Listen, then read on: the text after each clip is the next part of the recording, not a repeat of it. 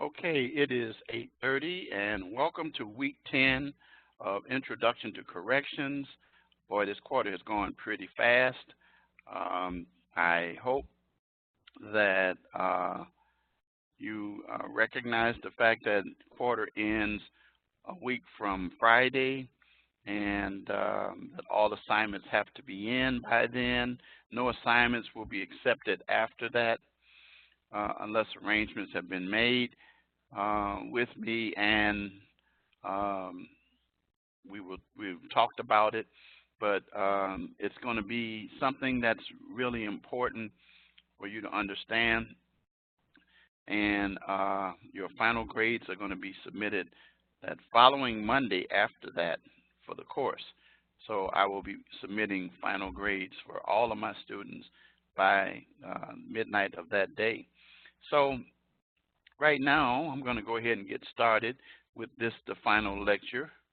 So I'm going to share my screen. Okay, so let's go to the course home. And there we go. And you're familiar with the information on this page. There is one thing that I did add, and you can take this information, the critical skills video, and actually one of the transferable skills is critical thinking. So it's the critical thinking video, and you want to take a look at that. You can, and it's beneficial in helping you understand critical thinking. Then here is your written assignment for this week.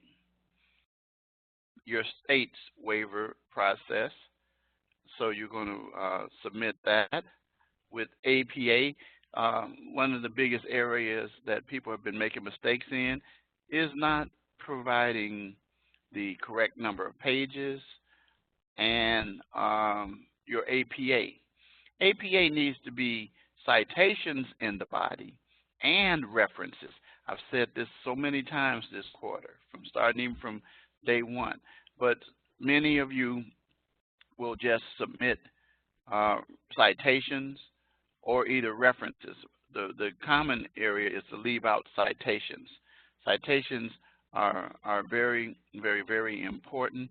The only time exception in a written assignment that you did not have to do citations and references was your interview for your project in week 7.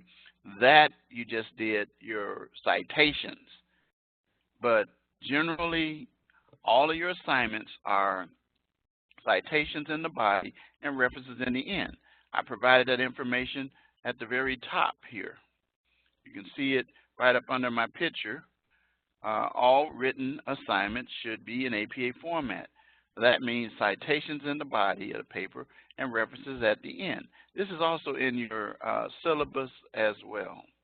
So that's a common area, and you can lose 5 points right away from that particular point.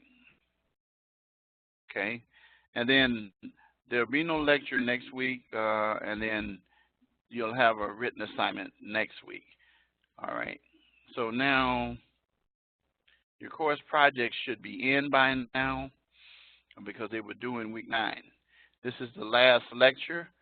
At the end, I will post the week 10 archive, as well as I will have emailed it to you as well.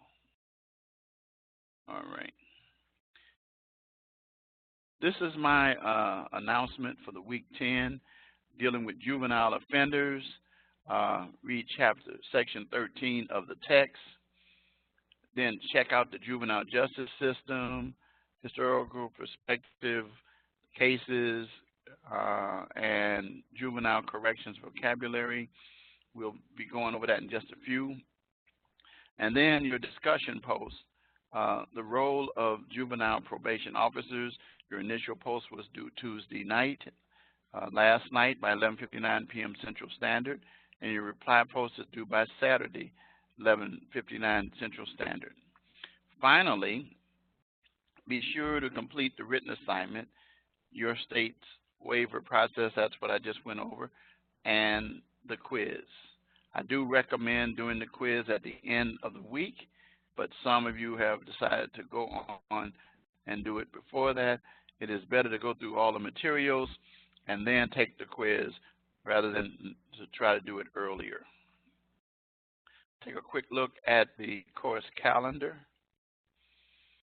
Again, the course calendar is very valuable because it repeats some of the same information from the, it repeats all of the information from the announcement as well. Your reading assignment, your initial post, your lecture, your reply post, your quiz, and then your written assignment, okay? You'll notice that starting next week, the 12th, which is the last week of classes, week 11, you'll have initial post due on Tuesday, but then your written assignments, including your reply posts, are all due on the 16th, including your final exam and your written assignment.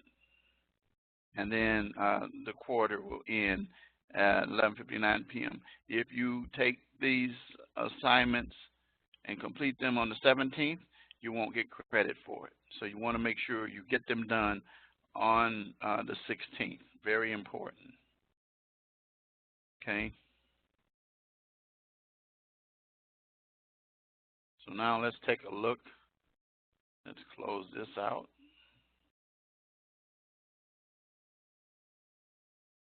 Okay, now let's go take a look at week 10. See again the assignments. Your state's waiver. Okay. 2 pages. There it is right there. 2 pages. Make sure that you run your papers through Grammarly. Excuse me. And make sure that you have citations in the body and references in the end. Okay. Cover page as well. Your discussion post, and then your quiz. Now let's spend time going through what we're talking about here in the lesson. Juvenile offenders is what we're talking about.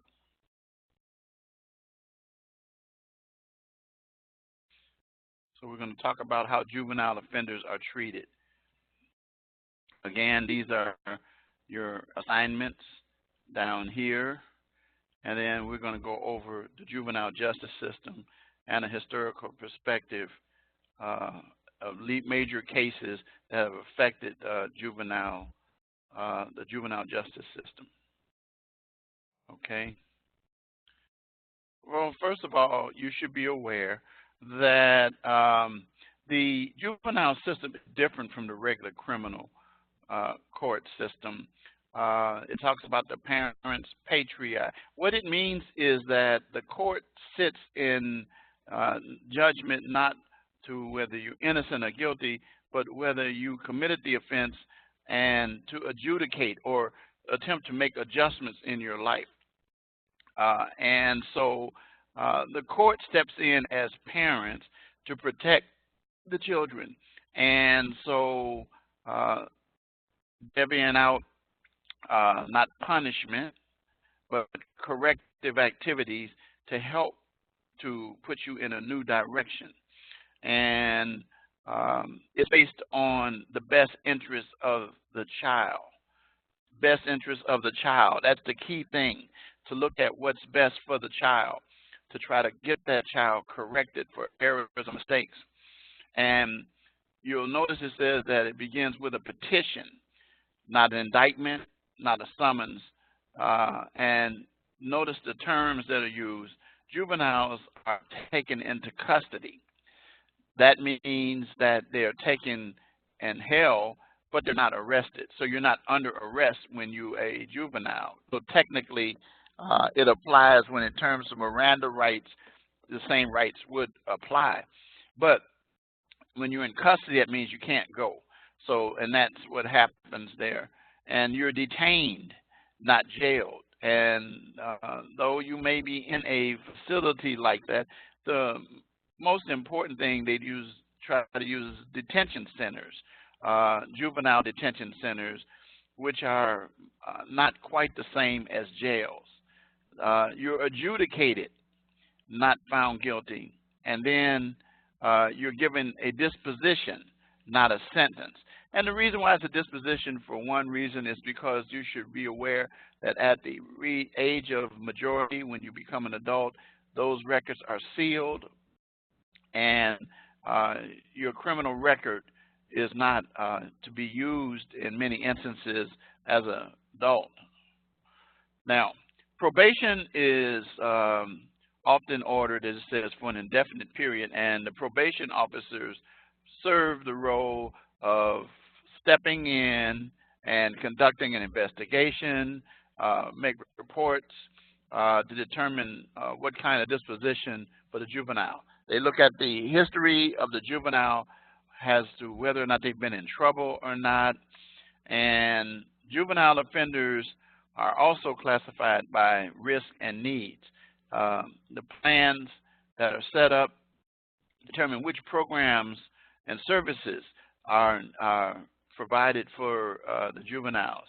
The probation officer is who the juvenile reports to on a regular basis, similar to the adults.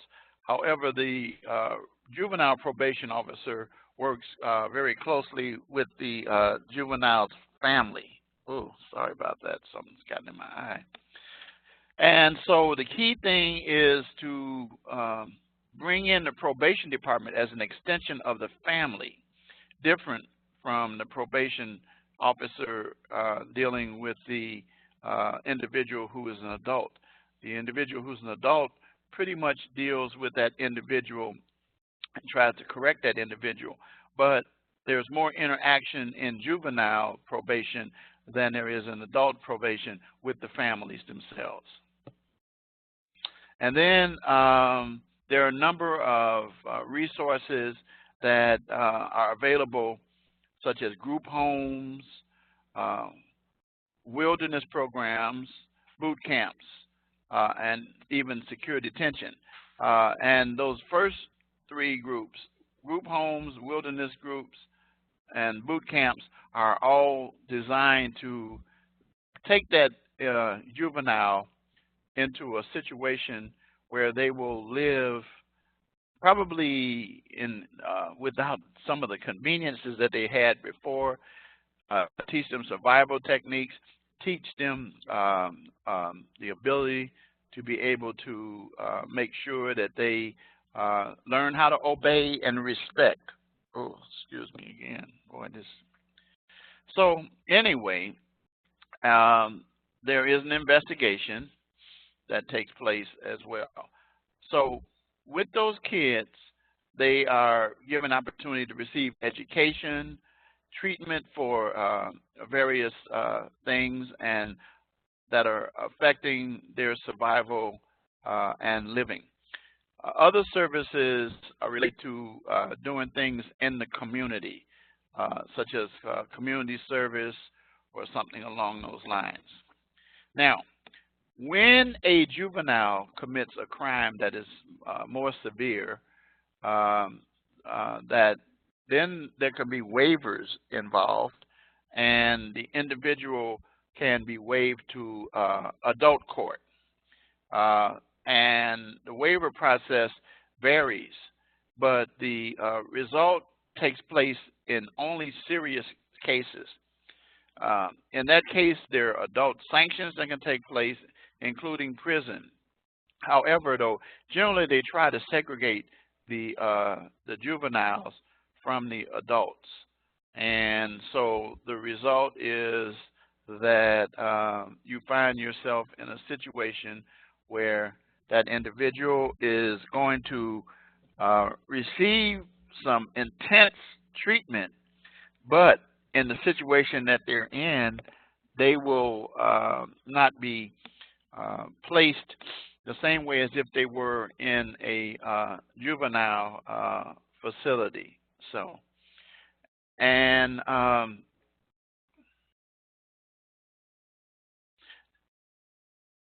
many include problems with violence that they're exposed to, exploitation by adult offenders. So only the individuals who commit the most serious of offenses. Now, you should recognize that in the time that we're in today, that juveniles are committing some very serious offenses, more serious offenses than when I was a kid coming up, and find themselves in situations where they're included in house arrest or electronic monitoring takes place with those, almost the same as adults. Now, the thing that you should be aware of is that when they send individuals away, those individuals are set in special areas. Even if they go to prison, they're set in special areas. Generally, they're not put into the adult population. One of the problems, though, is because of the finances, sometimes individuals end up in those. And the reason why they don't want to do that is because the adults can take advantage of the youth, and so they try to segregate them when it comes to going into jail. But there are certain rights that juveniles don't have, and we're going to talk about those in just a few minutes. Okay, so since 1966,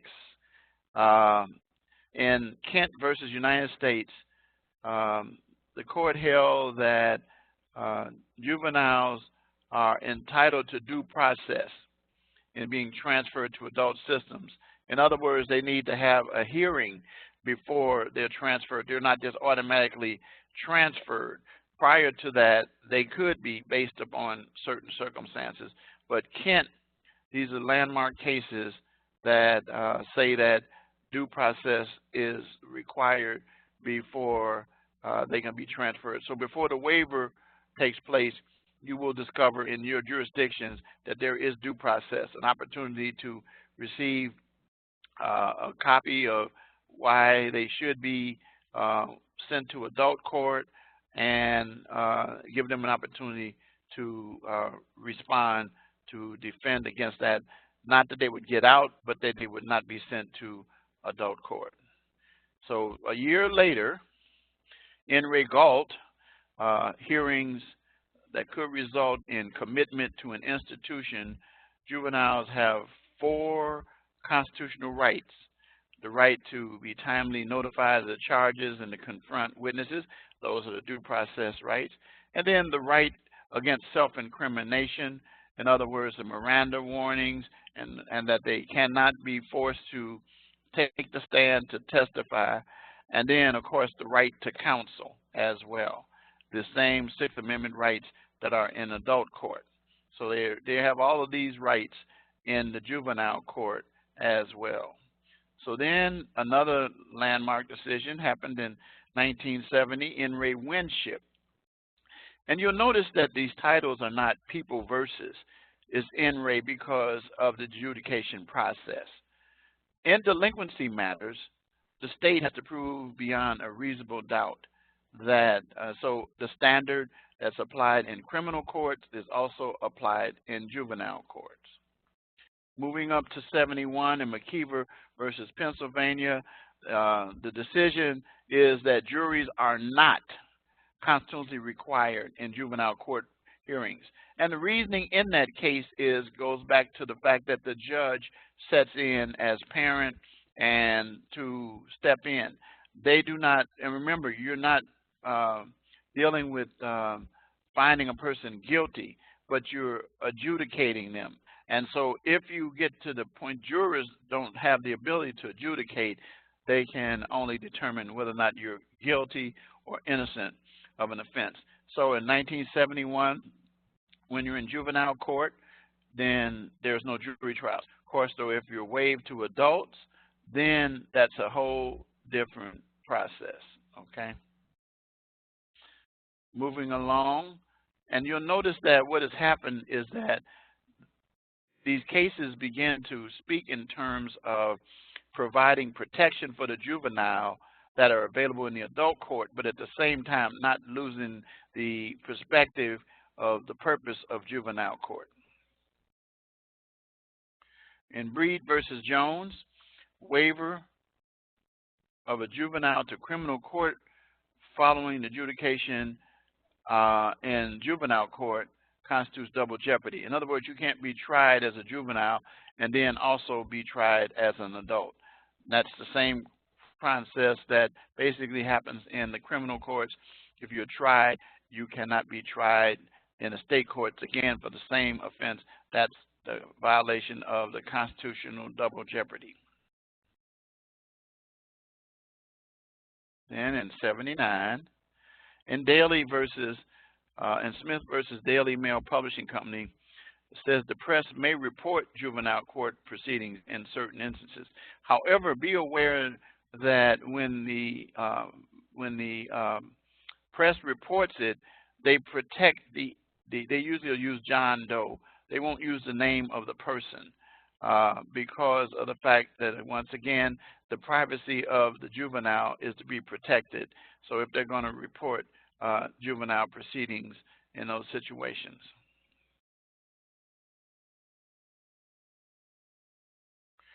Edding versus Oklahoma, defendant's youthful age should be considered a mitigating factor to determine whether or not to apply the death penalty. Well, you're going to see that that's going to be resolved a little further down, but at one time, juveniles could be executed, but now it's a mitigating factor to determine whether or not the death penalty applies. In other words, if the person was so young, that would probably not always result in not the death penalty, but result in one of the reasons why we should not issue the death penalty to juveniles. And that's what this case stands for. But hold on, before I'm done, there's a case that we're going to talk about. Shaw versus Martin. Preventive detention, pretrial detention, is allowed under circumstances.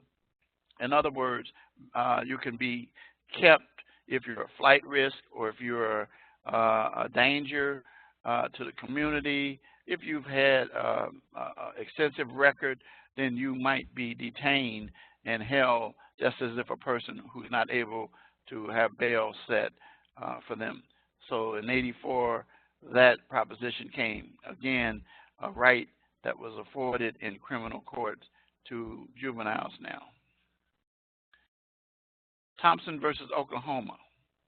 The minimum age for death penalty was set at 16.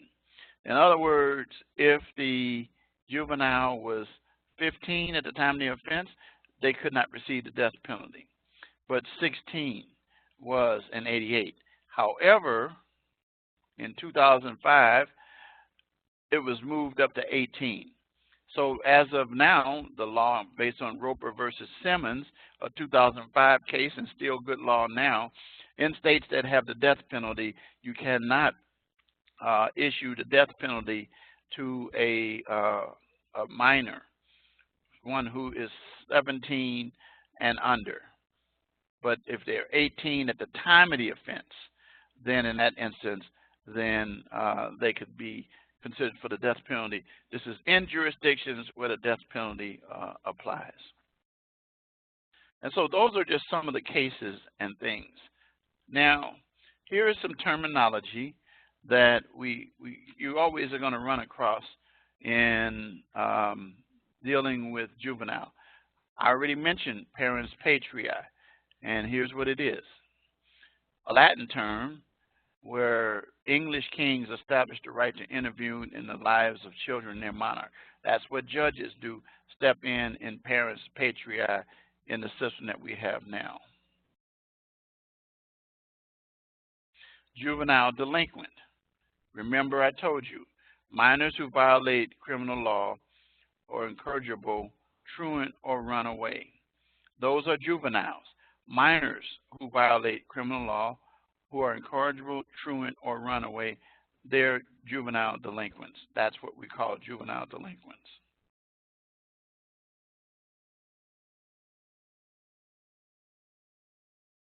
A status offender.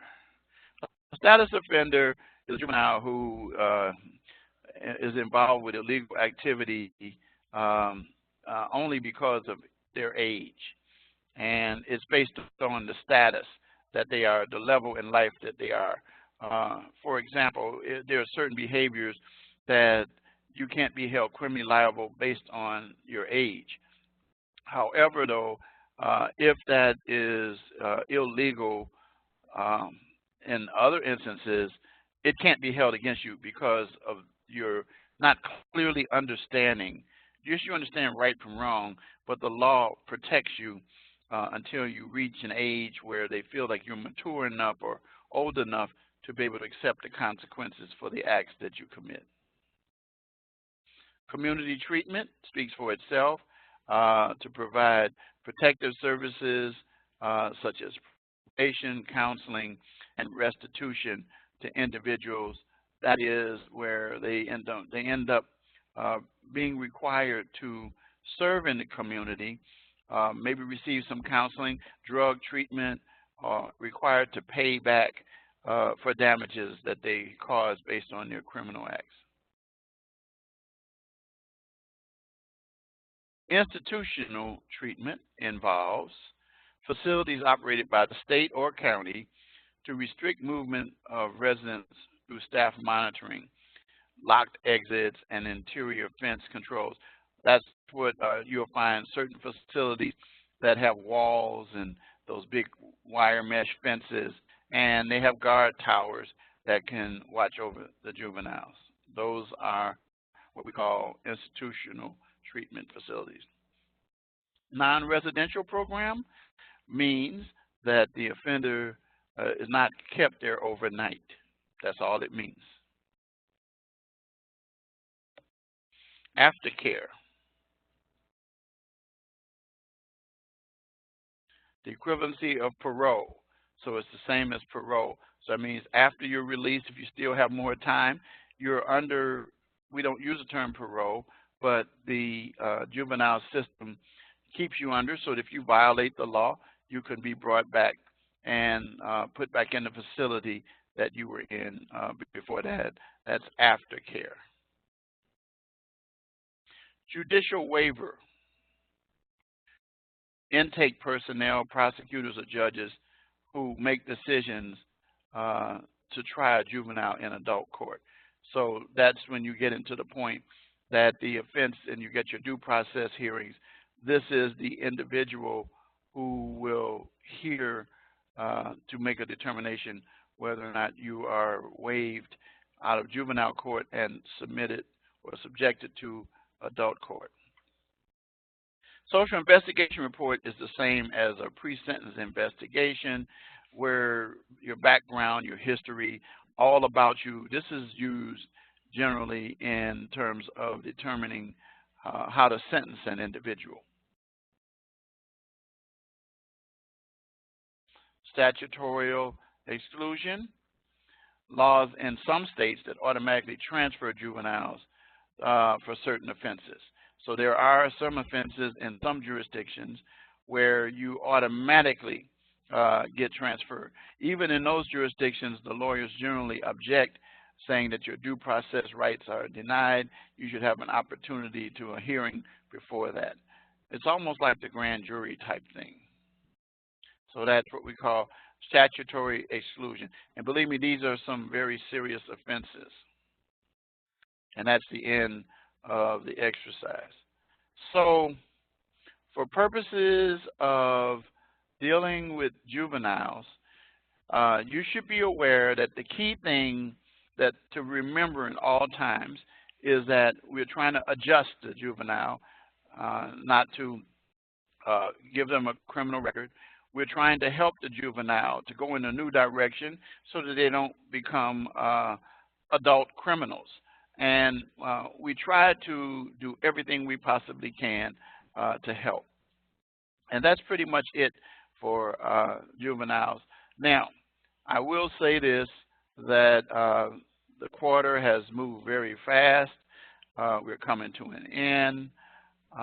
Many of you have had challenges with your project.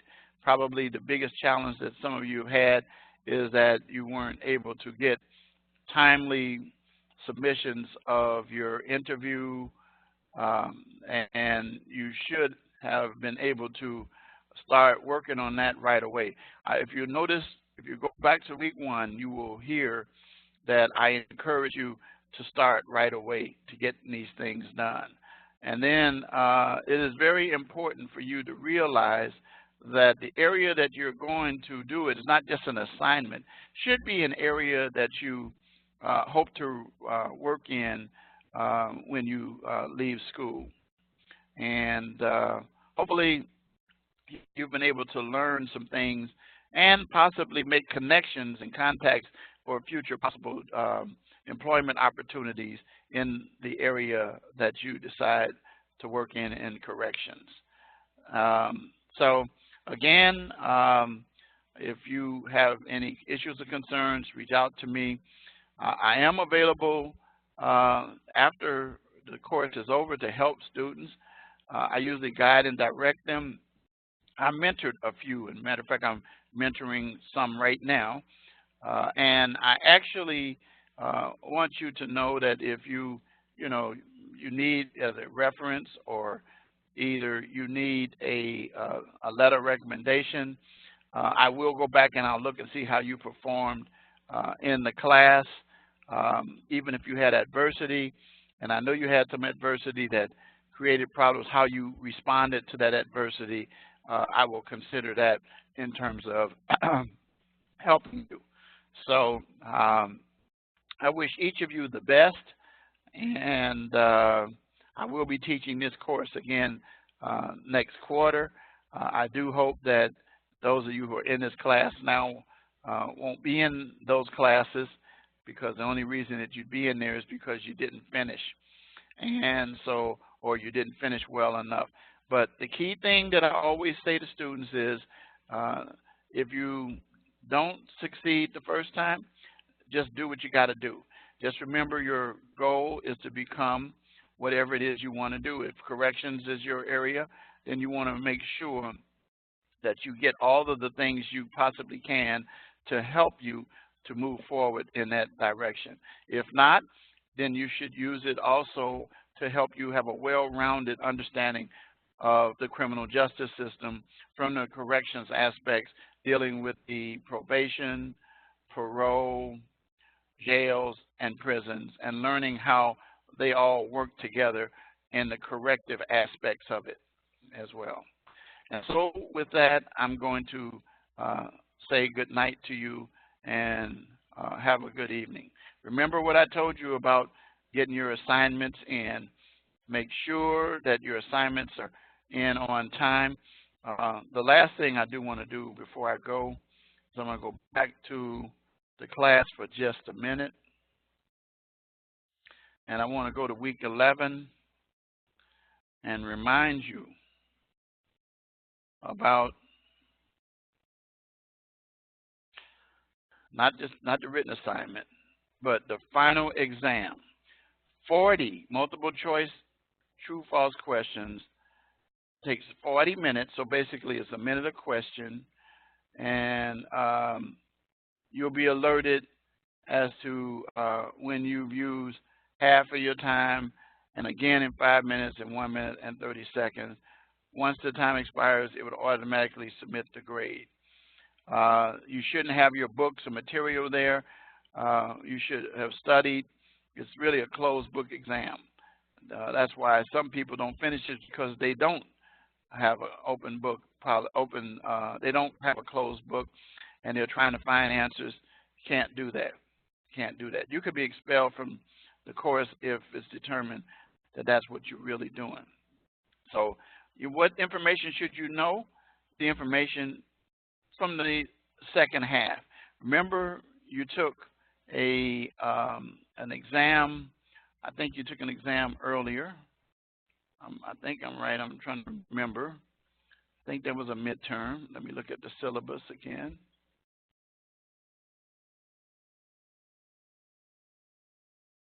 No, that's right. You had those quizzes.